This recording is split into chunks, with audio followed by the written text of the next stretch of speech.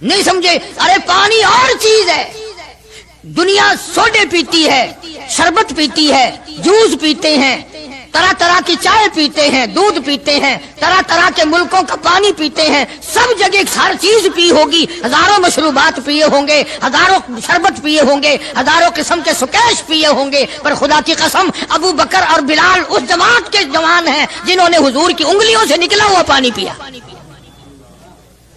یہ سعادت ہر ایک کو کیسے مل سکتی ہے؟ انہی لوگوں کو اللہ تبارک و تعالیٰ نے یہ مقام بخشا تھا کہ خداوند عالم نے ان کو اتنی بڑی عظمتیں عطا فرمائی. اور میں تو یہ کہا کرتا ہوں کہ صحابہ کرام کی نمازوں کو بھی ایک طرف رکھو، روزوں کو بھی ایک طرف رکھو، جہاد کو ایک طرف رکھو، ان کی فاقہ اور ان کا پیاسا مرنا اللہ کے راہ میں، ان ساری چیزوں کو ایک طرف رکھو. یہ بات ان کی کوئی کمی ہے کہ آنکھ بلال کی ہو اور امام الانبیاء کا چہرہ انور ہو؟ ہم تو ان لوگوں میں سے ہیں. ہمارے یہاں دارالعلوم دیوبند میں خزانے میں ایک چیز محفوظ ہے 150 سال سے، 150-200 سال سے ایک چیز موجود ہے. سال بھر میں کبھی خاص موقع پر اس کا دیدار کرایا جاتا ہے، زیارت کرائی جاتی ہے. یہ میں صفائی نہیں دے رہا، کئی لوگ کہتے ہوں گے جی دیوبندیوں کی صفائی دیتا ہے، بلکہ میں اپنا عقیدہ اور اپنے بزرگوں کا پروگرام بتاتا ہوں کہ ایسے تھے لوگ. دارالعلوم دیوبند کے خزانے میں ایک رومال ہے. وہ رومال وہ ہے جس رومال میں تقریباً 200 برس محمد عربی صلی اللہ علیہ وسلم کا استعمال کردہ پہنا ہوا جبہ مبارک لپٹا رہا. یعنی یہ رومال حضور صلی اللہ علیہ وسلم کا استعمال کردہ نہیں، آپ ان کے ہاتھ نے، آپ کے چہرے انور نے یا آپ کے بدن مبارک کے کسی حصے نے اس رومال کو استعمال نہیں کیا، اور نہ کوئی غلط بیانی ہوئی، بلکہ یہ ثابت ہے کہ اس رومال میں حضور صلی اللہ علیہ وسلم کا جبہ مبارک جو تھا وہ 200 برس تک لپٹا رہا. حضرت مولانا محمد قاسم صاحب نانوتوی رحمت اللہ علیہ نے اس رومال کو سونے کی ڈبیا میں رکھا ہوا ہے، اور اس رومال کی سارے اللہ والے زیارت کرتے ہیں کہ یہ سرکار مدینہ صلی اللہ علیہ وسلم کے کپڑے کو لگا ہے، خود آپ کے جسم کو بھی نہیں، آپ کے کپڑے کو لگا ہے. جو لوگ حضور کے کپڑے کو لگے ہوئے کپڑے کی بھی عزت کرتے ہو، ان کے اندر حضور کی محبت کتنی ہوگی. وہ سونے کی ڈبیا میں موجود ہے، اور کبھی کبھی اس کا خاص موقع پر اہتمام کے ساتھ اس کی زیارت کرائی جاتی ہے. نام پتہ بتانے کی مجھے اجازت نہیں ہے. یہاں پاکستان میں ایک جگہ ہے، وہاں پر حضور کریم صلی اللہ علیہ وسلم کی ریش مبارک، آپ کی داڑھی مبارک کا ایک بال سونے کی ڈبیا کے اندر اور ڈبیا اور پھر اس میں بڑا کچھ عطر وغیرہ اس میں وہ سنبھال کے رکھا ہوا ہے، اور ایک بال مبارک میں سے 2-3 شاخیں اور نکلی ہوئی ہیں. میں یہ عرض کر رہا تھا کہ جو لوگ آپ کے نالین مبارک کی بھی عزت کرتے ہوں، ان کے خود اپنے دلوں میں کتنی محبت اور عظمت ہوگی. حدیث پاک کی ایک کتاب ہے جامع ترمذی، عربی مدارس میں پڑھائی جاتی ہے. اس کتاب میں سرکار مدینہ صلی اللہ علیہ وسلم کا حلیہ نقشہ موجود ہے. تمہارے دل میں تو کبھی یہ محبت بھی نہ اٹھی کہ کم سے کم ہم کبھی کتابوں میں حالات میں سنے تو صحیح آپ کی شکل مبارک کس طرح کی تھی، رنگ مبارک کیسا تھا، انگلیاں مبارک کیسی تھی، چہرہ انور کیسا تھا. کتابوں میں سب کچھ موجود ہے. تم عادی بن گئے دوڑے سننے کے، غلط باتیں سننے کے، اصل بات رہی گئی. تو میں بتانا یہ چاہتا ہوں کہ جامع ترمذی کتاب جو ہے حدیث پاک کی، اس میں آپ صلی اللہ علیہ وسلم کی چپل مبارک کا نقشہ ہے، آپ کی نالین مبارک کا نقشہ ہے، یعنی سرکار دو عالم صلی اللہ علیہ وسلم کی جوتی مبارک کا نقشہ ہے. اب وہ ہے اس زمانے کی بالکل سادہ چپل ہے، پہاڑی قسم کی. تو میرے بزرگوں کا اور میرے اکابر کا، علماء دیوبند کا یہ عقیدہ ہے کہ اگر کوئی آنکھوں سے وہ نقشہ دیکھ لے، توجہ کرنا، اور دل میں یہ خیال لائے ہیں یہ بھی کوئی جتی ہے، باٹا والے اتنی اچھی بناتے ہیں، سروس والوں کی اتنی چپلیں اچھی ہیں، فلانے ملک کی اتنی اچھی ہیں، امریکہ میں یوں بنتی ہیں، ہمارے یہاں کمپنیاں یوں بناتی ہے، یہ تو کوئی خاص چپل نہیں. ہمارے بزرگوں نے لکھا ہے جس کے دل میں اتنی سی بات آئی ایمان چلا گیا. ایمان نہیں رہے گا، اس لیے کہ اس ذات کی نالین مبارک کی عزت بھی فرض ہے. آئی بات سمجھ میں؟ یعنی کس قدر عظمت ہے، کس قدر محبت ہے اور کس قدر تعلق ہے محمد عربی صلی اللہ علیہ وسلم کی ذات سے ان لوگوں کو۔ مولانا رشید احمد صاحب گنگوہی رحمت اللہ علیہ رمضان المبارک میں مدینے پاک سے مرید کھجوریں لا کے دے دیتے تو آپ مریدین کو کھجوریں تقسیم فرماتے اور فرماتے گٹھلیاں مجھے واپس کر دو، کھجوریں کھا کر گٹھلیاں واپس دے دو۔ حضرت کیا کرتے؟ ان گٹھلیوں کو اکٹھا کر کے ہاون دستے میں کوٹ کر صفوف بنا کر رکھ لیتے اور رمضان شریف میں جس پانی سے روزہ افطار کرتے وہ گٹھلیوں والا صفوف اس میں ملا کر پیتے کہ یہ میرے آقا کے شہر کی گٹھلیاں ہیں۔ کتنی بڑی عزت ہے۔ اس زمانے میں بجلیاں نہیں ہوتی تھی، چراغ جلتے تھے حضور کریم صلی اللہ علیہ وسلم کے گنبد خضرا پہ، جہاں ہر وقت اللہ کی رحمتیں برستی ہیں۔ اللہ ہر ایک کو زیارت نصیب فرمائے۔ 24 گھنٹے فرشتے سلام پڑھ رہے ہیں، صلات پڑھ رہے ہیں، درود پاک پڑھ رہے ہیں، چاروں طرف سے رحمت ہی رحمت برس رہی ہے۔ تو زیتون تیل جلتا تھا، کسی مرید نے حضرت کو لا کے وہ چراغ کا بچا ہوا تیل، ایک تو زیتون ویسے بکبکا ہوتا ہے، زیتون کا تیل کوئی ذائقے دار نہیں ہوتا، ویسے ہی بکبکا، اور پھر اس چراغ کا بچا ہوا جو جل چکا ہو اور بھی زیادہ بدبودار ہو جاتا ہے۔ لیکن مولانا رشید احمد گنگوہی رحمت اللہ علیہ کو جب کسی نے لا کے دیا تو حضرت نے وہ بچا ہوا چراغ کا تیل کھڑے ہو کے پیا۔ تو کسی نے پوچھا حضرت یہ کیوں؟ فرمایا تجھے کیا معلوم ہے یہ اس چراغ کا بچا ہوا تیل ہے جو کالی کملی والے صلی اللہ علیہ وسلم کے روزہ اقدس پہ جل رہا تھا۔ مولانا محمد قاسم صاحب نانوتوی رحمت اللہ علیہ کو کسی نے مدینے پاک سے رومال لا کے دیا، آپ اس کو چومنے لگے، آنکھوں سے لگانے لگے۔ تو کسی نے کہا حضرت کیا چوم رہے ہو؟ یہ تو اٹلی کا بنا ہوا رومال ہے، مدینے میں رومال تھوڑے ہی بنتے ہیں، یہ تو اٹلی کا فلاں ملک کا بنا ہوا، جرمن کا بنا ہوا رومال ہے، آپ چوم رہے ہیں اس کو؟ یہ مدینے میں تھوڑی فیکٹری کوئی رومالوں کی کارخانہ ہے۔ فرمایا نہیں ٹھیک ہے مجھے بھی پتا ہے بنایا جرمن والوں نے ہے، بنا اٹلی میں ہے، لیکن یہ بات تو دیکھ میں تو اس لیے چوم رہا ہوں کہ مدینے کی ہوا اس کو لگی ہے، مدینہ منورہ کی اس کو ہوا لگ گئی ہے، اس لیے میں محبت میں چوم رہا ہوں۔ عرض کرنے کا مقصد یہ کہ ان لوگوں کے دلوں میں پیار ہوتا ہے تو پیار کے اظہار کے طریقے ہوتے ہیں، محبت کبھی نہیں چھپی رہا کرتی۔ مولانا محمد قاسم صاحب نانوتوی رحمت اللہ علیہ جب مدینے پاک پہنچے کئی میل ادھر کو جوتا اتار دیا، رات کا وقت تھا، پیر زخمی ہو رہے ہیں، سواری خالی چل رہی ہے۔ کسی نے عرض کیا حضرت سواری پہ سوار ہو جاؤ، پاؤں زخمی ہو رہے ہیں۔ فرمایا مدینہ میرے آقا کا شہر ہے، سواری پہ چڑھ کر داخل ہوتے ہوئے مدینے پاک میں شرم آتی ہے، مدینے جیسے شہر میں سواری پہ چڑھ کر داخل ہوں۔ چنانچہ جتنے دنوں مدینے پاک میں رہے جوتا نہیں استعمال کیا، جوتا نہیں پہنا مدینے پاک میں رہتے ہوئے مولانا محمد قاسم نانوتوی رحمت اللہ علیہ نے۔ تو شاگردوں نے پوچھا حضرت پتھریلا علاقہ ہے، ٹھوکریں لگتی ہیں، آپ ایسا نہ کریں۔ فرمایا بھائی ڈر لگتا ہے کہیں میرا جوتے والا پیر اس جگہ پر نہ کہ پڑ جائے جہاں میرے آقا حضرت محمد الرسول اللہ صلی اللہ تعالی علیہ وسلم کے قدم مبارک لگا۔ اتنی عظمت، اتنا پیار، اتنا ادب۔ امام مالک رحمت اللہ علیہ نے ساری عمر مدینے پاک میں گزاری، لیکن میں ذمہ داری سے کہتا ہوں 3 میل کے اندر اندر امام مالک نے کبھی پیشاب پخانہ نہیں کیا، مدینہ شہر میں امام مالک نے کبھی پیشاب پخانہ نہیں کیا۔ فرماتے تھے میرے آقا کا شہر ہے مجھے شرم آتی ہے، اس کا نام عظمت ہے، اس کا نام محبت ہے۔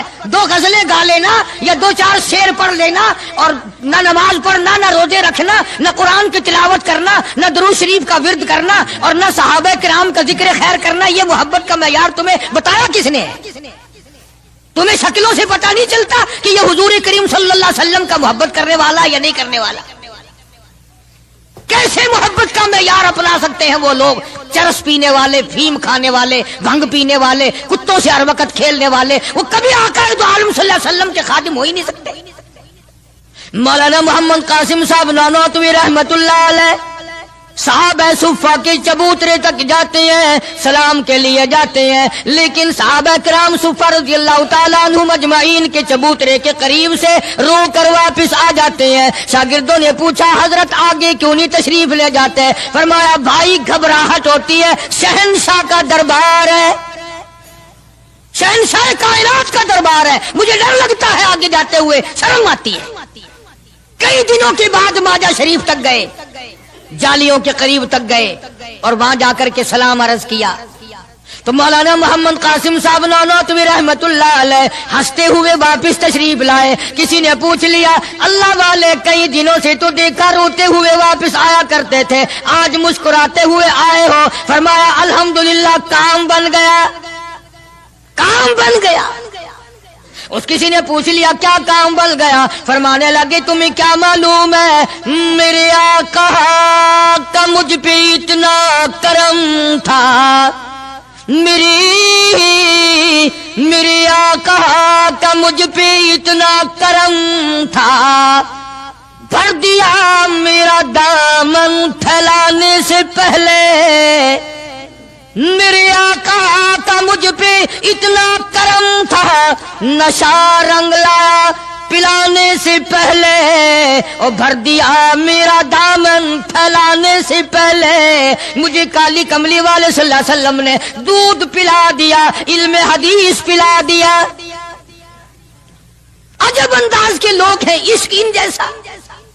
باہر تشریف لائے, نعتیہ کلام تو دیکھو, عشق کے بغیر ایسا کون کہہ سکتا ہے. یوں فرماتے ہیں جیوں تو سگانے, جیوں تو سگانے حرم کے ساتھ پھروں, او میری مولا بقایا زندگی اگر میری ہے, میرا مدینے کے کتوں میں شمار کر دے, میں بڑا راضی. جیوں تو سگانے حرم کے ساتھ پھروں, اور مروں تو کھائے مجھ کو مدینہ کے مرغ مار, میں مدینے میں مر جاؤں, مدینے کے پرندے مجھے کھا جائیں, میں بڑا راضی. دیگار عالم کے نبی موسیٰ کلیم اللہ نے دیکھا کہ وہی کمزور پھر کسی اور آدمی سے متھا لائے کھڑا ہے. موسیٰ علیہ السلام نے فرمایا کل تو ایک اور آدمی سے لڑ رہا تھا, آج اس سے لڑ رہا ہے, تیری عادت بن گئی لڑنے جھگڑنے کی. موسیٰ علیہ السلام نے اس کو ذرا آنکھ دکھائی نا کہ تو کیا روزانہ لڑائی کر لیتا ہے, تجھے کیا عادت ہے جھگڑا کر لینے کی. اندازہ لگاؤ جس کی حمایت میں آدمی مر گیا تھا, موسیٰ کلیم اللہ نے جس کی حمایت کی تھی, گھونسا مارا آدمی مر گیا. اب یہی کہتا ہے دیکھو جی کئی دن ہو گئے بھی انہوں نے ایک آدمی مارا ہے اور آج میرا نمبر آ گیا دکھے. حمایت اسی کی تھی, مگر احسان فراموش جو قوم کی امانت کو نہیں سمجھا کرتے, ان کے ضمیر بک جایا کرتے ہیں, ان کی تمام چیزیں بدل جایا کرتی ہیں, آنکھ بدلتی ہے, دل بدلتا ہے, حالات بدلتے ہیں, تمام چیزیں بدل جایا کرتی ہیں.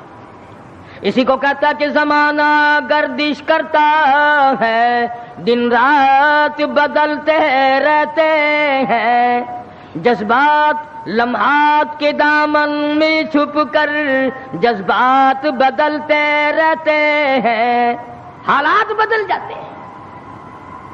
وہ کمزور آدمی جس کی حمایت کی تھی موسیٰ علیہ السلام نے, خود ہی کہتا ہے کہ کئی دن ہو گئے بھی ایک آدمی مار دیا انہوں نے, اور آج مجھے دھمکی دے رہے ہیں. موسیٰ علیہ السلام کو بڑا دکھ پہنچا کہ کمینے, تیری تو مدد کی تھی, تیری تو حمایت کی تھی, اور تو ہی آج بکواس کر رہا ہے.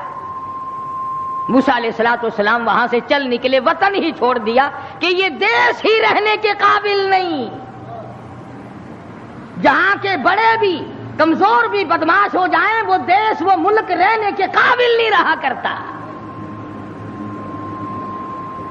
اور اب تو سنا ہے بڑے بڑے افسر بڑے نیک آدمی ہو گئے, جیل میں جو قیدی رہتے ہیں انہیں شراب کی بڑی تکلیف تھی, اندر ہی بھٹی لگوا دی کہ یہی بلاؤ, تازی تازی یہیں پیو بابا. نیک آدمی اکٹھے ہو گئے سب. ہمیں کیا ہے, آئے گی مصیبت انشاءاللہ کئی دن پہلے نمبر تمہارا لگے گا, ہمارا بعد کو لگے گا. کہنے لگا قال یا موسیٰ ان الملأ یأتمرون بک لیقتلوک فاخرج انی لک من الناصحین. تم نے ایک آدمی کو پہلے بھی مارا, کیا آج میرا مارنے کا ارادہ ہے؟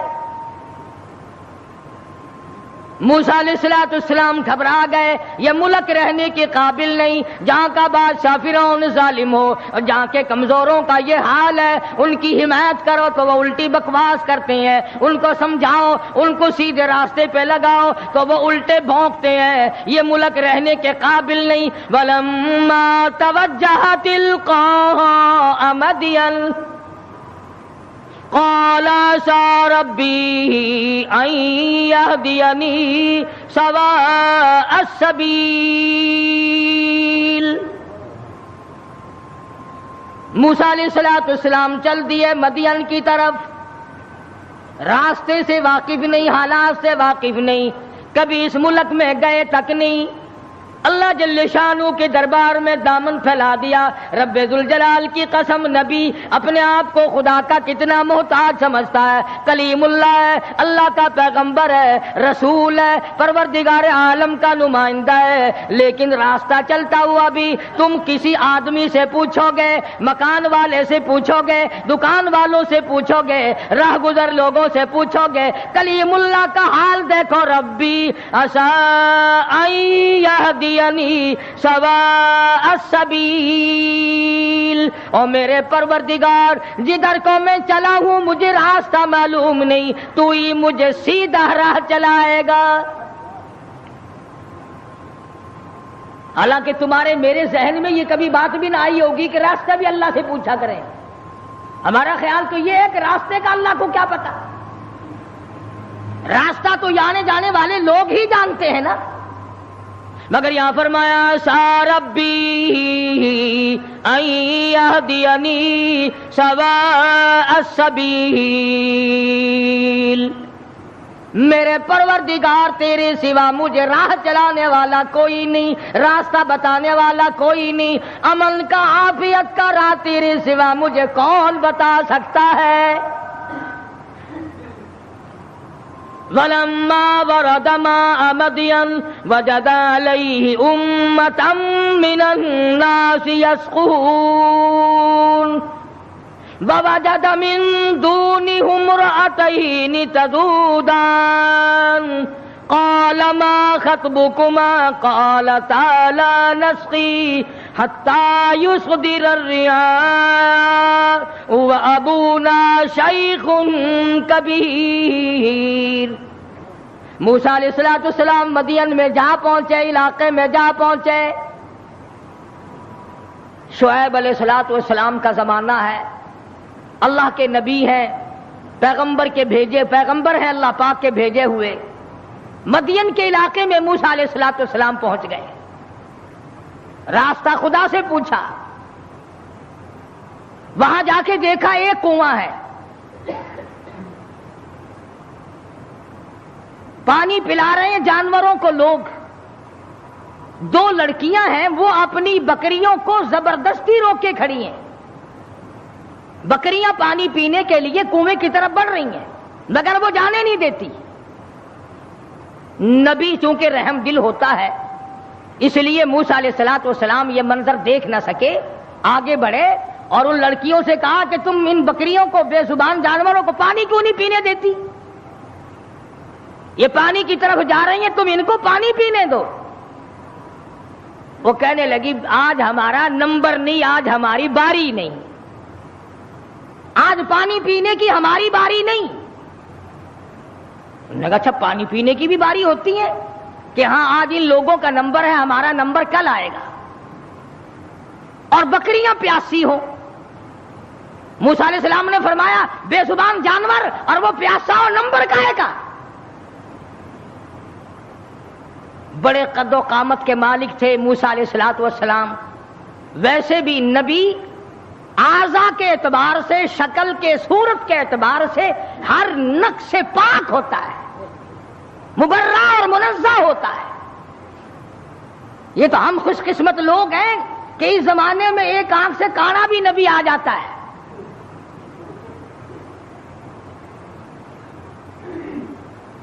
ایک جگہ مرزا غلام احمد قادیانی کہتا ہے کہ میں امام مہدی ہوں، حالانکہ امام مہدی کی اماں کا نام آمنہ ہوگا، اس کی ماں کا نام گھسٹو ہے،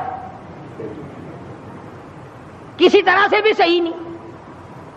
ہر نبی نبی، ہر رسول پیر کے ناخون سے لے کر سر کے بالوں تک بالکل تمام عیبوں سے پاک ہوتا ہے. نمائندہ خدا کا ہو اور اس میں کوئی خامی ہو.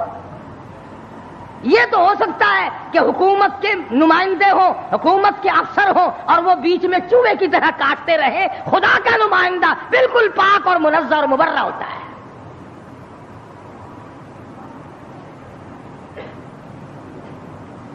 موسیٰ علیہ السلام قد و قامت کے مالک تھے، بڑے حسین و جمیل تھے. بکریاں جو لڑکیوں نے روک رکھی تھی، ان لڑکیوں کو کہا ایک طرف آ جاؤ، تم چلو، بکریاں پیاسی ہیں، تم نمبر لگائے کھڑی ہو. انہوں نے کہا جی ہمارا قصور نہیں ہے، وہ اگلے نہیں پینے دیں گے، وہ کنویں پہ جو کھڑے ہیں آج ان کا نمبر ہے. وہ کہنے لگے میں پلاؤں گا. کنویں پہ گئے، فرمایا کیا بات ہے، ان بکریوں کو پانی کیوں نہیں پینے دیتے؟ لگا ان کا نمبر آج نہیں ہے. موسیٰ علیہ السلام نے ذرا آنکھ دکھائی، انہوں نے کہا پھر لگاؤ نمبر سب کا، بتاؤ نمبر کیسے ہوا کرتے پانی پینے کے. لگا بھئی یہ تو کوئی دوسرے دیش کا آدمی معلوم ہوتا ہے بھی بڑا تکڑا، کہیں رگڑا ہی نہ لگا دے. ان بکریوں کو پانی پینے دو. انہوں نے پانی پینے دیا. ایک طرف ڈر کے بھاگ گئے، وہ پانی کیا پینے دیا. موسیٰ علیہ السلام نے شعیب علیہ السلام کی بکریوں کو پانی پلایا. حتی یصدر الریاح وابونا شیخ کبیر. موسیٰ علیہ السلام نے پوچھا لڑکیوں تم کیوں بکریاں چراتی ہو؟ تمہارا بھائی کیوں نہیں چراتا؟ تمہارا ابا کیوں نہیں چراتا؟ تمہارے گھر کا کوئی لڑکا آدمی کیوں نہیں چراتا؟ وہ کہنے لگی حتی یصدر الریاح وابونا شیخ کبیر. اللہ والے بھائی ہمارا ہے کوئی نہیں، باپ ہمارا بوڑھا ہو چکا ہے، گھر میں ہے کوئی نہیں، اس لیے ہم خود بکریاں چراتے ہیں. موسیٰ علیہ السلام نے بکریوں کو پانی پلا دیا. ان لڑکیوں کے حوالے کر دیا کہ اب لے جاؤ ان کو، اور تم نے بھی پینا ہے تو تم بھی پیو، کوئی نہیں روک سکتا تمہیں. موسیٰ علیہ السلام سے بکریاں لے کر وہ لڑکیاں روانہ ہو گئیں. مفسرین نے لکھا ہے کہ موسیٰ علیہ السلام نے ایسے وقت میں ہمدردی کی جب کئی دن کا فاقہ تھا. بھوکے تھے موسیٰ علیہ السلام. اب نعوذ باللہ معاذ اللہ پیغمبر ٹھگی تو مارا نہیں کرتا کہ چلتے چلتے راستے میں کسی سے ٹھگی مار لیتے. ہم تو کچھ نہ کچھ کر ہی لیتے ہیں نا. فرمایا فسقى لهما ثم تولى الى الظل. ان کو پانی پلانے کے بعد ثم تولى الى الظل فقال رب اني لما انزلت الي من خير فقير. اللہ اکبر. پانی پلانے کے بعد کچھ دور آگے چل کر موسیٰ علیہ السلام ایک درخت کے نیچے بیٹھ گئے. نبی کا مشن دیکھو، نبی کا طرز طریقہ دیکھو، نبی کا معیار زندگی دیکھو. کئی دن کی بھوک ہے، کئی دن کا فاقہ ہے. ان لڑکیوں سے آتا پتا نہ پوچھا، ان لڑکیوں کو رغبت نہ دلائی مجھے کھانا کھلا دینا، اور بھی کوئی بات نہ کی. فرمایا فسقى لهما ثم تولى الى الظل فقال رب اني لما انزلت الي من خير فقیر. درخت کے نیچے موسیٰ علیہ السلام بیٹھے ہیں اور اپنے پروردگار کے حضور میں جھولی پھیلا دی. رب انی لما انزلت الی من خیر فقیر.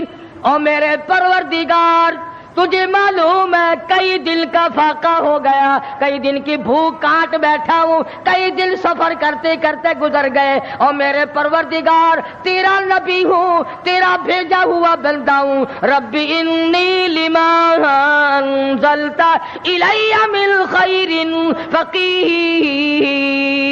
فقیر، اور میرے مالک میرے پیٹ میں بھوک لگی ہے، مجھے بڑی پریشانی ہے، تیرے دروازے کا فقیر ہوں، میری جھولی بھر دے۔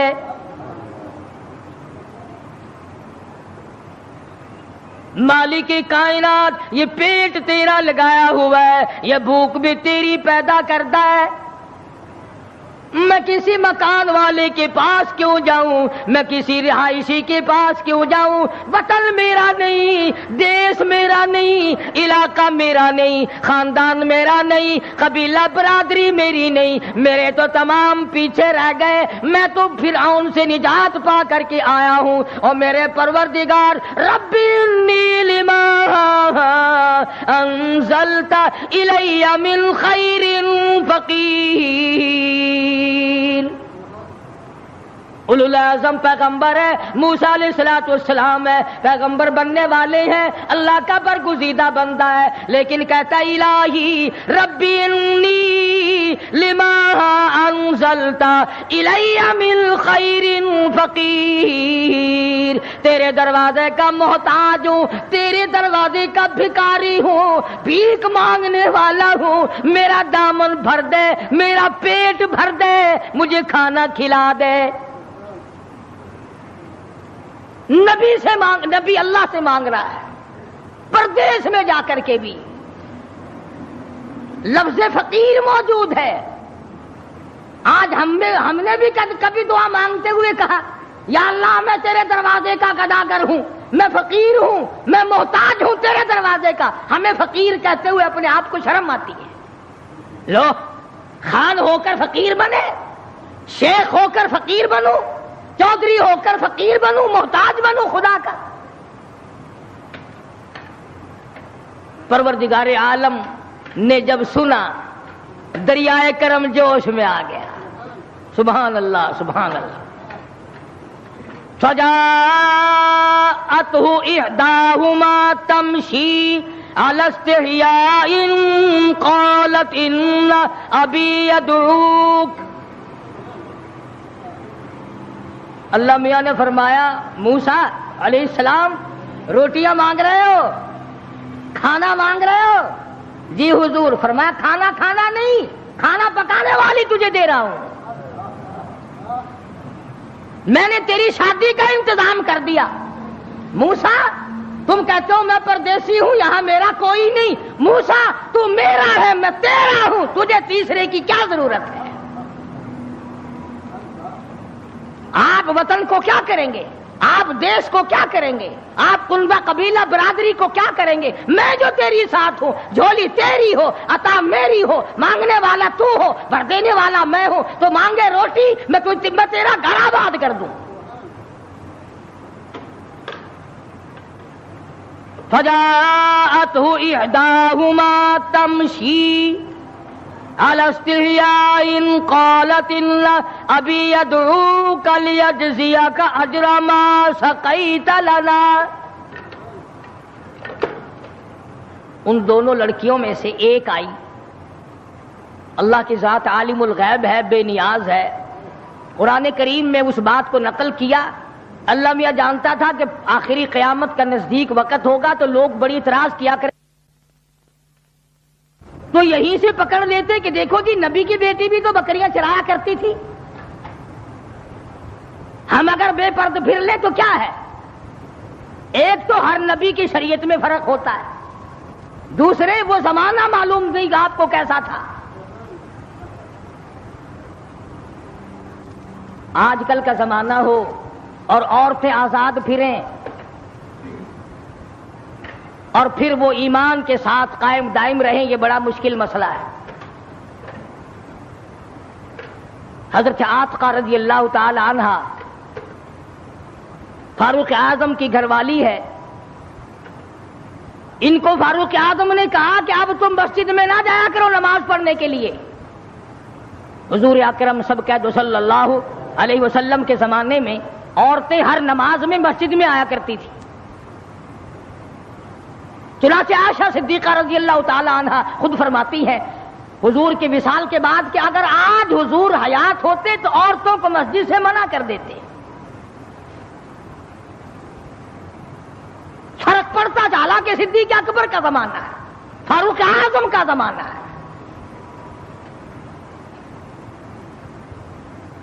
مسجدوں میں آئیں یا نہ آئیں یہ تو ایک الگ مسئلہ ہے، مسجد کے اندر مردوں کے ساتھ کھڑے ہو کر کے نماز پڑھنے کا تو عورتوں کو حکم ہی نہیں، البتہ فلم میں آنا عورتوں کا بالکل جائز ہے۔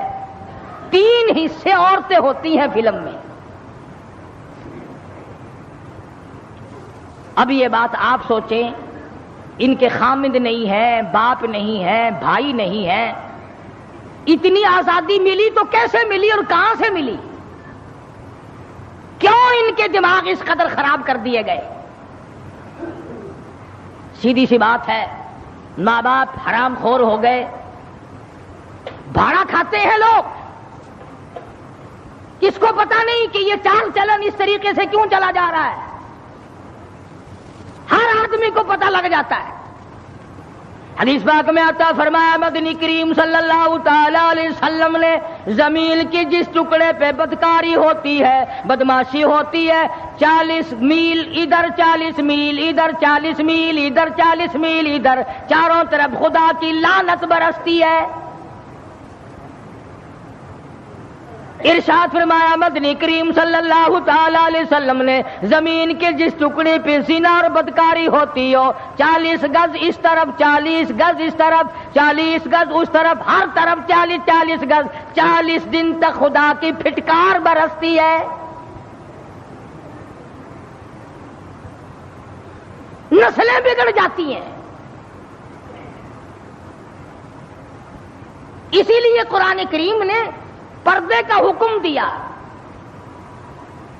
کہ یہ کھلی تو نکلا ہی نہ کرے، اس کو باہر نکلنے کی اجازت مت دو۔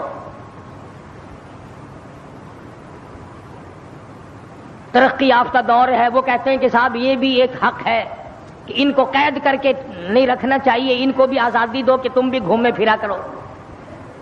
یہ ساری انگریز لعنتی کی سازش ہے اور کالج کا فیض ہے یہ تمام کا تمام، جو پوری دنیا کی اس کی لپیٹ میں آئی ہوئی ہے۔ ویسے نام لیتے ہیں، ہم پنج پاک کو ماننے والے ہیں، ہم 12 کو ماننے والے ہیں، کوئی کہتا ہم 18 کو ماننے والے ہیں، کوئی کہتے ہم شیخ عبد القادر جیلانی کے ماننے والے ہیں۔ تمہیں کیا معلوم ہے خاتون جنت فاطمہ الزہرا رضی اللہ تعالیٰ عنہا نے حضرت علی رضی اللہ تعالیٰ عنہ کو بلا کر وصیت فرمائی، او شیر خدا اگر میرا دن میں انتقال ہو جائے جنازہ پھر بھی رات کو اٹھانا۔ پوچھا گیا کیوں؟ فرمانے لگی ساری زندگی میں مجھ پر غیر محرم کی نظر نہیں پڑی، میرا جی چاہتا میرے جنازے پہ بھی غیر کی نظر نہ پڑنے پائے۔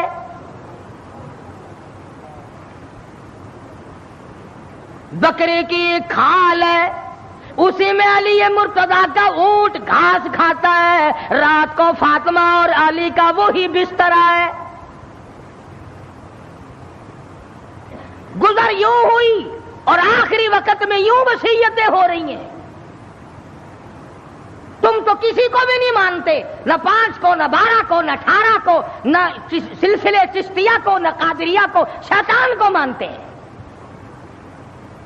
جس لڑی کو پکڑو گے، سید عبد القادر جیلانی کی والدہ نے، تھوڑی سی عمر ہے سید عبد القادر جیلانی رحمت اللہ علیہ کی، سر کے اوپر سوت کی گٹھڑی رکھ دی کہ یہ فلاں گھر دے کے آؤ اور پیسے ان سے سنبھال کر لانا بیٹا۔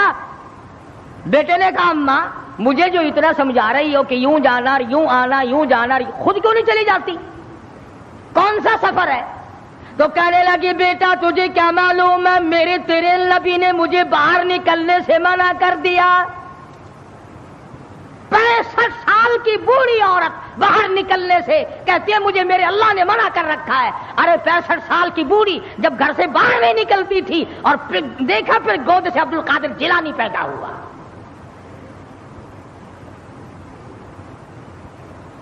یہ تمام کی تمام خرافات جتنی بھی آج پوری دنیا میں مسلمان برباد ہو گئے، یہ سب انگریز کی لعنت ہم نے اپنائی ہے۔ یہودیوں کا طریقہ ہم نے اپنایا، عیسائیوں کا طریقہ ہم نے اپنایا، محمد مدنی صلی اللہ علیہ وسلم کے، آپ کے خاندان کے سارے طریقے ہم نے چھوڑے۔ اللہ تعالیٰ عنہ جیسے بہادر فرمانے لگے جو یوں کہے گا میرے نبی فوت ہو گئے میں اس کی گردن اتار ماروں گا، میرا نبی فوت نہیں ہو سکتا، میرا نبی دنیا سے نہیں جا سکتا، میرا نبی ہمیشہ ہمیشہ کے لیے رہے گا۔ لیکن جناب ابو بکر صدیق نے قرآن کریم کی آیت سنا کر کے سمجھایا، فرمایا وما محمد الا رسول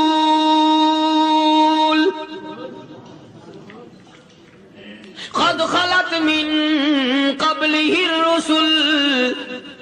اور لوگوں ہر نبی آئے رخصت ہو گئے، ہر نبی آئے رخصت ہو گئے، دنیا نہ پائیدار جگہ ہے، عارضی زندگی، مستعار زندگی، نہ پائیدار زندگی، فانی زندگی ہر کوئی لے کے آتا ہے، جب جانے لگتا ہے تو پتہ بھی نہیں چلتا۔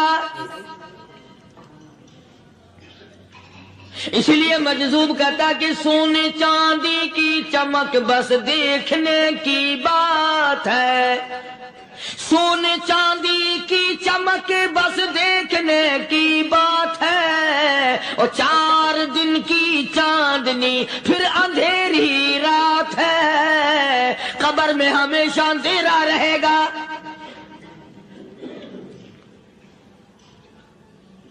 صحابہ اکرام نے وہ صدمہ دیکھا، وہ پریشانی دیکھی، کائنات میں کسی نے نہیں دیکھی۔ کسی نے بیوی کے مرنے کا صدمہ اٹھایا ہوگا، کسی نے جوان بیٹے کی موت کا صدمہ دیکھا ہوگا، کسی نے امی کے مرنے کا صدمہ دیکھا ہوگا، کسی نے ابا کے مرنے کا صدمہ دیکھا ہوگا۔ خدا کی قسم بلال سے جا کے پوچھو جب کالی کملی والے کا تجھے دیدار نہ ملا تیرا کیا حال بنا۔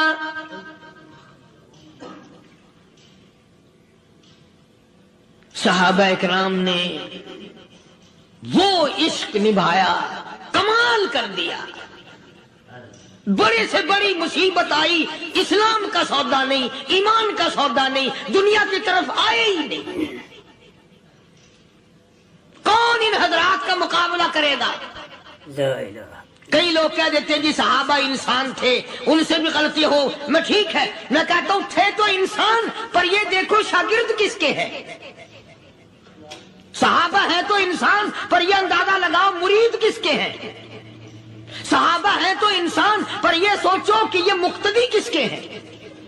صحابہ ہیں تو انسان، پر یہ دیکھو صحابہ اگر سپاہی ہے تو کالی کملی والا کمانڈر ان چیف ہے۔ براہ راست محمد عربی صلی اللہ علیہ وسلم کے صحابہ شاگرد ہیں، صحابہ حضور کے مرید ہیں، صحابہ حضور کے مقتدی ہیں، صحابہ حضور کی فوج کے سپاہی ہیں۔ ایک ایک نے کمال کر دیا۔ جناب ابو بکر صدیق رضی اللہ تعالیٰ عنہ فرماتے ہیں میں اچانک محلے میں جا نکلا۔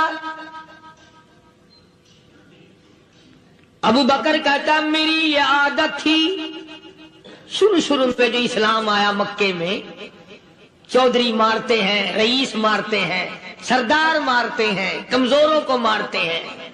جو کلمہ پڑھتا تھا پہاڑ ٹوٹ جاتے تھے۔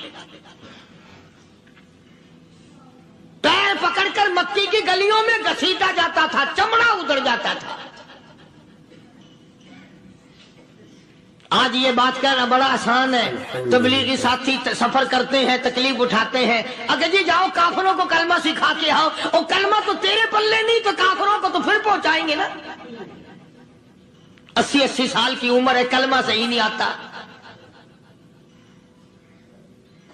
قبر بالکل سر پہ ہے، موت سر پہ ہے، قبر سامنے ہے، پھر بھی کلمہ نہیں آتا۔ اور میں تو کئی مرتبہ کہا کرتا ہوں کہ یہ بھی فکر کیا کرو کہ اس نبی کی ذات پر تم درود پاک پڑھتے ہو صلی اللہ علیہ وسلم، جس کی ذات پہ خود خدا درود بھیجتا ہے، فرشتے بھیجتے ہیں۔ ہزاروں بار مجھ کو عنبر سے منہ دھو کر کے اگر درود پڑھو تو ڈرنا چاہیے بے ادبی نہ ہو جائے، تو غلط ہو درود پڑھتا ہے نبی کی ذات پہ۔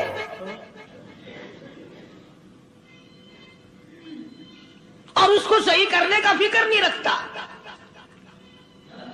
چنانچہ ابو بکر صدیق رضی اللہ تعالیٰ عنہ چکر لگاتے لگاتے ایک محلے میں جا نکلے. وہاں جا کے دیکھا ایک نوجوان ہے، غریب صحابی، نادار صحابی، مفلس صحابی، کافر کا غلام ہے، کالی کملی والے صلی اللہ علیہ وسلم کا کلمہ پڑھتا ہے. کافروں نے پکڑ کر گرم گرم ریت پہ اونڈا کر کے لٹایا ہوا ہے اور کئی کافر اس صحابی کی کمر پہ چڑھ کر لتاڑ رہے ہیں،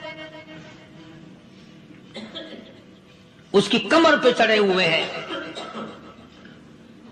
جناب ابو بکر صدیق رضی اللہ تعالیٰ عنہ فرماتے ہیں میں نے دور سے دیکھا، میں سمجھ گیا کوئی غریب آدمی ہے. جب میں قریب گیا فرماتے ہیں میری آنکھ نے دیکھا ابو فقیہ صحابی، میں نے پہچان لیا. کئی آدمیوں کے لتاڑنے کی وجہ سے، کئی آدمیوں کی کمر پہ چڑھ جانے کی وجہ سے ابو بکر کہتا ہے اتنی لمبی ابو فقیہ کی زبان باہر نکل آئی، منہ سے زبان باہر لٹکی ہوئی ہے، مار رہے ہیں کافر. جناب ابو بکر صدیق رضی اللہ تعالیٰ عنہ نے فرما دیا نہ مارو، اللہ کا بندہ ہے. وہ کہنے لگے بندہ تو اللہ کا ہوگا، غلام ہمارا اور کلمہ اس نبی کا پڑھتا ہے، ہمارا غلام ہو کر کلمہ پڑھتا ہے. کیوں؟ جب تک جان سے نہ مر جائے گا ہم چھوڑیں گے نہیں، ہم اسے ختم کر کے دم لیں گے. اس نبی کا کلمہ پڑھتا ہے، ہمارے سامنے پڑھتا ہے. جناب ابو بکر صدیق رضی اللہ تعالیٰ عنہ نے منع کر دیا. منع کرنے میں اور زیادہ مچر گئے اور زیادہ خرمستی کرنے لگے. ابو بکر فرماتے ہیں میں بالکل قریب کھڑا تھا، ظالموں نے ابو فقیہ کی پسلیوں پہ کمر پہ چھلانگیں لگانی شروع کر دی.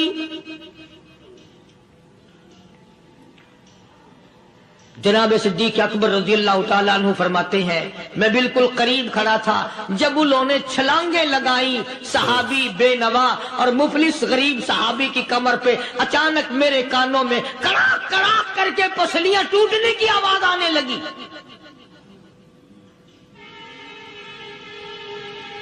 میرے سے برداشت نہ ہوا، میں برداشت نہ کر سکا. جناب ابو بکر رضی اللہ تعالیٰ عنہ فرماتے ہیں میں نے کہا ظالمو سودا کر لو میں خرید لوں گا. انہوں نے جو منہ مانگے دام مانگے، جناب ابو بکر صدیق رضی اللہ تعالیٰ عنہ نے وہ دام دے دیے، پیسے دے دیے. ہاں ہاں غریب کی ہمدردی کی، مظلوم کی ہمدردی کی. آج ہمارے پاس جو پیسہ ہے وہ کنجری پہ خرچ ہو سکتا ہے، بدماشی پہ خرچ ہو سکتا ہے، ٹیپ ٹلو اور فیشن پہ خرچ ہو سکتا ہے. اللہ کے دین پہ خرچ کرنے کی ہمیں توفیق نہیں ہوتی.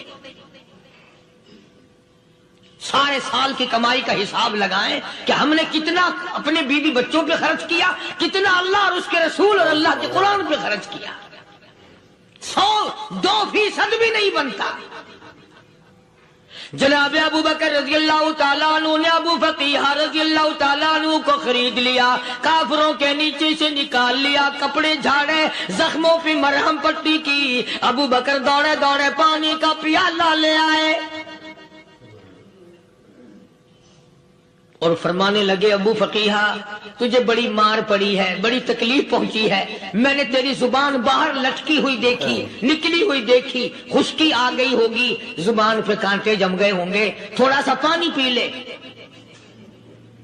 ابو فقیہ کہتا ابو بکر تیرے احسان کا بدلہ خدا دے گا، تیری مہربانیوں کا بدلہ خدا دے گا. میں نہیں دے سکتا، تو نے پیسے خرچ کر کے مجھے آزاد کرایا، میں تجھے دعا دے سکتا ہوں. میں غریب ہوں، میں نادار ہوں، میں مفلس ہوں، میں مسکین ہوں. اور ابو بکر تنگ نہ کر، میں پانی پی نہیں سکتا.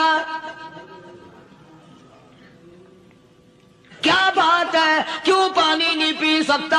کہنے لگا ابو بکر تجھے کیا معلوم ہے جن کی وجہ سے میری پسلیاں توڑ دی گئی، جن کی وجہ سے مجھے مارا گیا، جن کی وجہ سے مجھے لتاڑا گیا، جن کی وجہ سے میری پسلیاں توڑی گئی، جن کی وجہ سے میرا یہ حال کیا گیا، جب تک میں آقا کا دیدار نہ کر لوں میں پانی کی بوند پی نہیں سکتا. مجھے پہلے شربت دیدار پینا ہے. میں نے سرکار مدینہ صلی اللہ علیہ وسلم کی زیارت پہلے کروں گا، پانی بعد میں پیوں گا.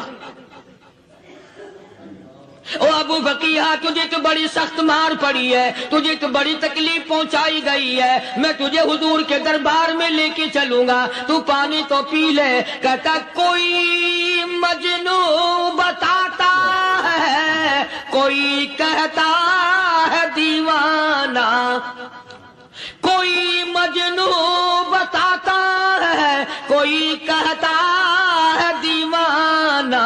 یہ تو مرض عشق احمد کا ہوا بیمار میں بھی ہوں. ابو بکر تجھے کیا معلوم ہے، مجھے عشق لگا ہوا ہے، مجھے سوز و گداز لگی ہوئی ہے. میں اپنے دل میں کسی کو بسائے بیٹھا ہوں، جب تک اس آقا کا دیدار نہ کر لوں مجھے چین نہیں آئے گا.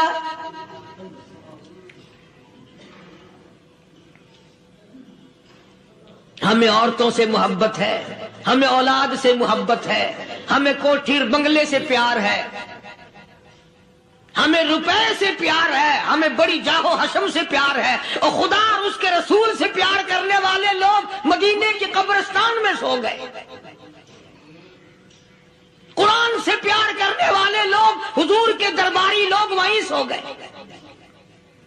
اندازہ لگاؤ، کوئی مار کھا کے اپنے ماں باپ کے پاس جائے گا، کوئی بھائی برادری میں جائے گا، کوئی تھانے میں رپورٹ لکھوانے جائے گا، کوئی اسپتال میں 60ویں ٹکٹ لینے جائے گا، کوئی ڈاکٹری کرانے جائے گا.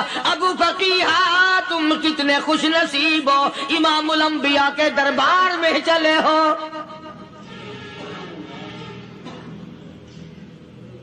حضور اکرم سب کہہ دو صلی اللہ علیہ وسلم کے دربار میں ابو فقیہ کو لایا جا رہا ہے.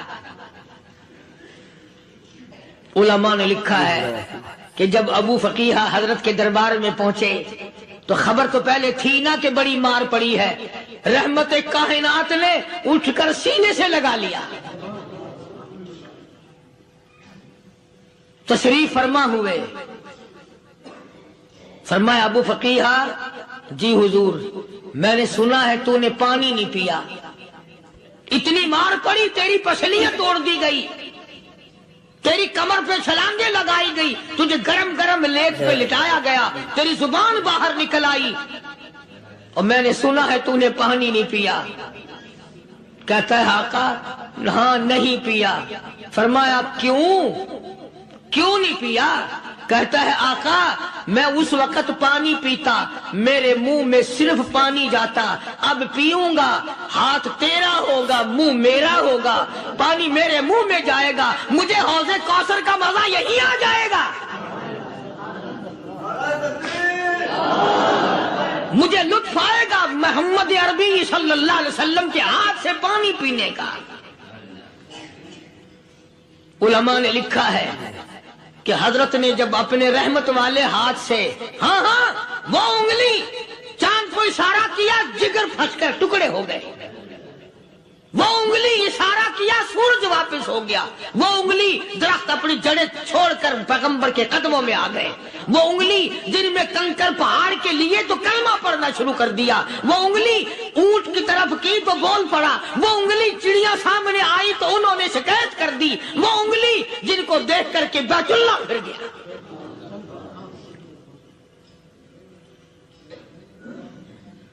مدنی کریم صلی اللہ علیہ وسلم نے یوں پانی کا پیالہ اٹھایا، ابو فقیہ نے پیالہ پکڑنے کے لیے یوں آگے کو ہاتھ کیا، فرمایا اب وہی بات ہوگی، ہاتھ میرا ہوگا منہ تیرا ہوگا، میں اپنے ہاتھ سے پلاؤں گا.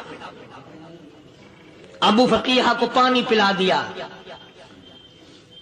اور پانی پلانے کے بعد پوچھا اب تیرا کیا حال ہے؟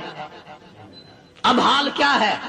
کہتا ہے آقا تیرے چہرے پہ فدا شمس و قمر، تیرے چہرے پہ فدا شمس و قمر، تیری زلفوں پہ تصدق شام و سحر، تیرے چہرے پہ فدا شمس و قمر، تیری زلفوں پہ تصدق شام و سحر، رخسار پہ ٹھہرے کس کی نظر نظر تیری بانکے ادا کا کیا کہنا، او کالی کملی والے تیری زیارت ہوئی سارے دکھ بھول گیا، میرے سارے غم ٹل گئے، میرے سارے دکھ دور ہو گئے، میری ساری پریشانی دور ہو گئی، اور میں تو اب مزے میں ہوں۔ جناب ابو بکر صدیق رضی اللہ تعالیٰ عنہ نے مال خرچ کیا، صحابہ کرام کی جانیں بچائیں۔ قیامت کا دن ہوگا، ساری کائنات کی پیشی ہوگی، اللہ پاک پوچھے گا کہ دنیا میں کیا کرتا تھا؟ کوئی کہے گا میں کھیتی باڑی کرتا تھا، کوئی کہے گا میں دفتر میں نوکر تھا، کوئی کہے گا میری دکان تھی، کوئی کہے گا میں یہ کمائی کرتا تھا، کوئی کہے گا میں یہ کمائی کرتا تھا۔ آئے گی باری ابو بکر کی، اللہ پاک پوچھے گا دنیا سے کیا لایا؟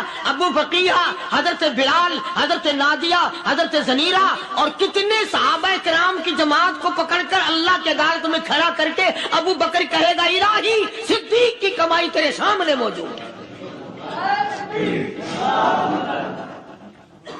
مبارک ہیں یہ لوگ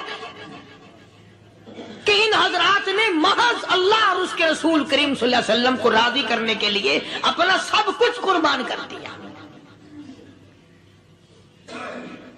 اور خود رسول کریم صلی اللہ علیہ وسلم نے ان کو ایسی تعلیم دی، ایسے اخلاق دیے کہ حد ہو گئی۔ دربار رسالت ہے، ایک کافر مسافر آتا ہے بھی کافر، ہے بھی مسافر، ہے بھی معمر، بوڑھا آدمی ہے۔ کبھی کبھی سوچتا ہوں کہ اس زمانے کے تو کافروں میں بھی کوئی خوبی ہوا کرتی تھی، منافقت تو نہیں تھی نا، منافقت نہیں تھی، چال بازی نہیں کرتے تھے، ہیرا پھیری نہیں کرتے تھے۔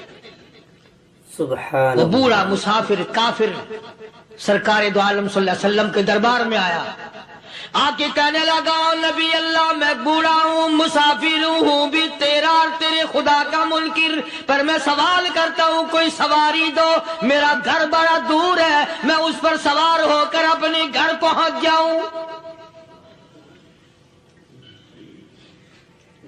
حالانکہ مسلمانوں کے پاس سواریاں کہاں تھی، خود تنگی میں تھے، وطن چھوڑ کے آئے، قربانیاں دے کے آئے، پتے چباتے ہوئے آئے، پانی پورا رج کے پینے کے لیے پانی نہیں ملتا، اور حضور کریم صلی اللہ علیہ وسلم کو پتا تھا کہ یہ سوال کرنے والا ہمارے عقیدے کا نہیں، رحمتی کائنات کا دریائے کرم جو اس میں آیا، صحابہ کرام کی طرف خطاب کر کے فرمایا کون ہے جو آج میں محمد الرسول اللہ صلی اللہ علیہ وسلم کو سواری دے، کون ہے جو آج مجھے سواری دے، میں جنت میں اعلیٰ درجے کی سواری کا وعدہ کرتا ہوں۔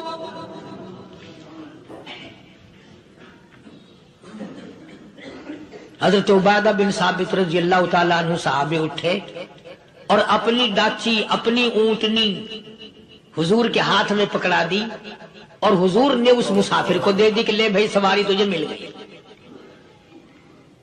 اب وہ مسافر جو تھا بوڑھا، وہ کہنے لگا جی میرے پاس کپڑا بھی نہیں ہے، اب تم جیسا اگر کوئی سیٹ ہوتا نا آنکھیں نکالتا کہ ہم نے تیرے لیے یہاں کو ٹیکسٹائل مل چلا رکھے، سواری مل گئی تو اور آگے کو چل گیا، راستہ پکڑا پڑا جا۔ خدا جانے دھکے دیتے، خدا جانے مکے مارتے، خدا جانے کتنی باتیں بناتے۔ امام الانبیاء محبوب کبریا حضرت محمد مصطفیٰ صلی اللہ تعالی علیہ وسلم پھر کھڑے ہو گئے،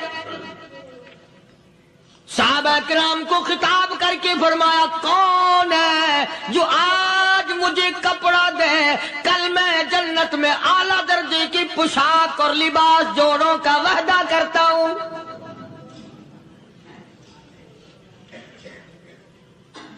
ایک صحابی نے اپنا کپڑا اتار کر حضور کے ہاتھ میں دے دیا صلی اللہ علیہ وسلم، یعنی ان کو کتنا یقین ہے حضور کی زبان پہ، سودا جنت کا ہو رہا ہے، زبان ہے کالی کملی والے کی، سودا ہو رہا ہے جنت کا۔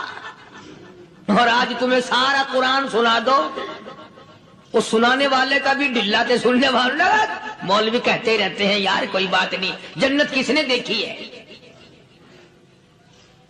صحابہ کرام میں سے کسی نے کپڑا دے دیا، حضور کریم صلی اللہ علیہ وسلم نے کپڑا لیا اور اس مسافر کو دے دیا کہ لے بھی کپڑا بھی مل گیا۔ ہے بھی کافر، اپنے عقیدے کا نہیں، اپنے قبیلے کا نہیں، اپنے خاندان کا نہیں۔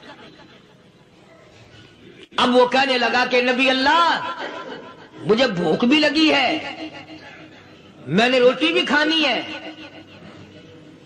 مدنی کریم صلی اللہ تعالی علیہ وسلم پھر کھڑے ہو گئے اور صحابہ کرام کو خطاب کر کے فرمایا کون ہے جو مجھے آج کھانا دے، روٹی دے، کل میں جنت میں اعلیٰ درجے کے کھانے کا وعدہ کرتا ہوں۔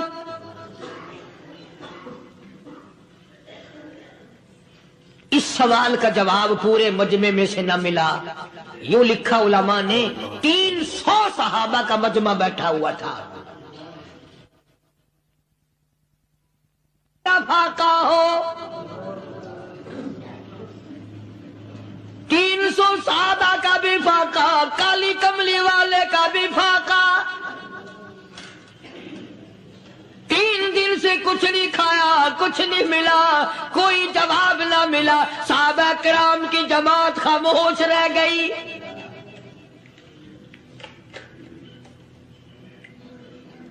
سلمان فارسی رضی اللہ تعالیٰ عنہ اٹھے اور اس مسافر کا ہاتھ پکڑا اور کہنے لگا میں تجھے ایسے دروازے پہ لے کے چلوں گا جہاں سے کچھ نہ کچھ کھانے کے لیے مل جائے گا۔ آیا ہے سلمان فارسی مسافر کو لے کر خاتون جنت سیدہ فاطمہ الزہرا رضی اللہ تعالیٰ عنہا کے دروازے پہ اور آواز لگائی یا اہل بیت رسول اللہ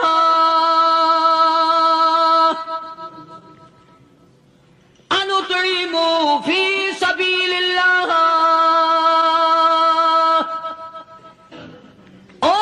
نبی کی لخت جگر، نبی کی نوری نظر اور نبی کے جگر کے ٹکڑے اور کالی کملی والے کی بیٹی اے فاطمہ، ایک آدمی بھوکا ہے، کھانا کھلانا ہے، اس کے لیے کھانا بھیجو۔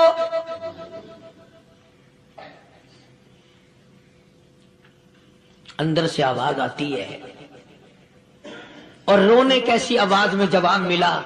سیدنا حسن سیدنا حسین رضی اللہ تعالیٰ عنہما، ان کی شکلیں دیکھو، 4 دن کے فاقے نے بچوں کی شکل بگاڑ دی۔ پیغمبر کے نواسوں کا فاقہ، پیغمبر کا نواسا، پیغمبر کی بیٹی کا فاقہ، تمام مسلمان فاقے سے ہیں، کوئی گلہ نہیں کرتا، کوئی شکایت نہیں کرتا، کوئی اعتراض نہیں کرتا۔ اسی حالت میں اگر جنگ بھی ہو جائے تو صحابہ پھر بھی پیچھے رہنے کو تیار ہیں۔